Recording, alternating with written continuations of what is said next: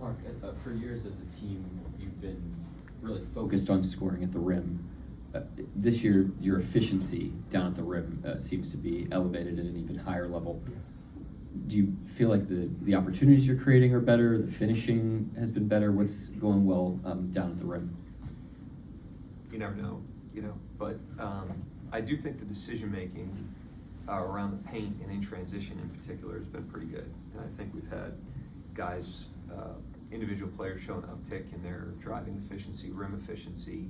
A lot of it's based on the ones they're taking and the ones they're not taking, and same in transition. I think we've given up a little bit of distribution in transition, but we've increased quality. And so I think it's just the decision-making and execution thing. We'll continue to monitor it, but that's what I think 10 games in.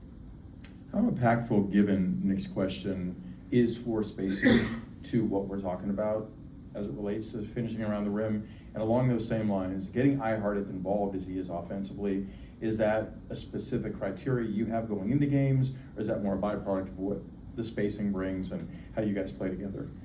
Yeah, I mean, more so the latter in terms of spacing. I mean, you space the floor as best you can, and then you take what the defense gives you in an ideal world. And he certainly helps us space vertically with his rolling and his threat as a roller. That was clearly on display against Sacramento. But if you take away the roller with help defenders, then that's where the spacing is critical. For us, a lot of it's movement. A lot of teams space in more of a static way, rely on shooting gravity. We try to put guys on the move as well as holding spacing. So everybody's a little bit different, but it's a critical part of creating paint attacks. Along those same lines with Hart, a couple years ago you mentioned how you guys wanted to add more cutting because of Shea. This year your cutting seems to be a little bit higher than it was last year. Is that because of how Hart has been more acclimated into the offense, or is that just happens because you guys like to move a lot? I mean, when he's got the ball, that's one type of cutting, and then when we're in a pick and roll, that's another type. So again, we want to be a team that moves the help.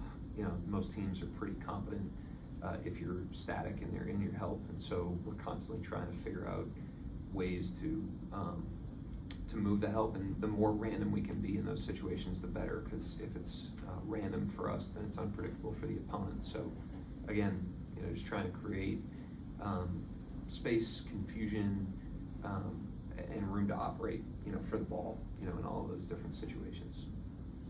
Mark, pointed to the season, what were some of the things that y'all tried to address to avoid any letdown after the championship season and get off to the start you've been going on this year? Less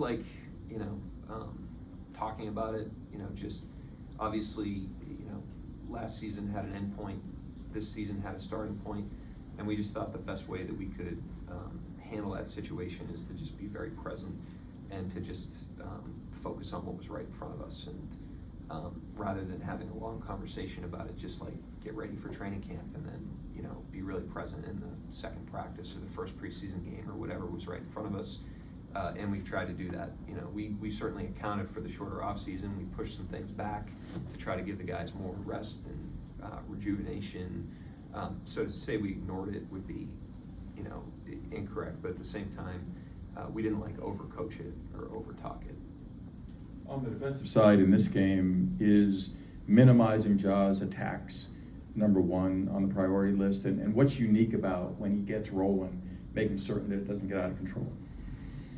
Well, I mean, the pace they play with is probably number one on the priority list. They're up the floor with great pace, and you got to get back and set your defense. I thought that's what really hurt us in our Portland game the other night. We played against a pace team, and we allowed them to kind of operate in their mode. And so that's a point of emphasis. And then he's obviously a huge part of what they do. Jackson's a huge part of what they do. And so they are conceptual. They have a lot of threats on the floor. Guys are free to make plays, but those guys obviously make the majority of them. The other night, Shea gave Hart a lot of credit just for the great screens that he sets. Outside of just, obviously great size, great frame, what makes him such an efficient screener when he's out there?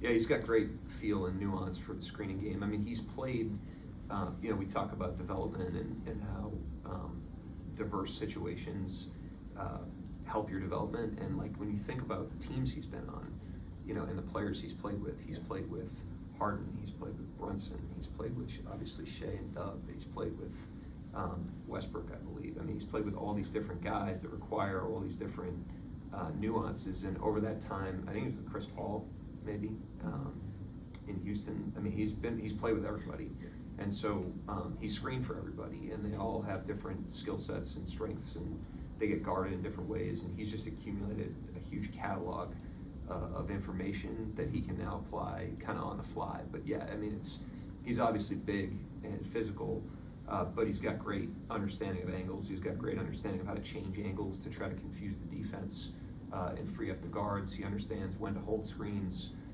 and when to get out of them quickly. He's just got unbelievable instincts that he's built up over, obviously a long time and a lot of different, like I said, diverse experiences. Anybody else? Thank you, Coach. All right.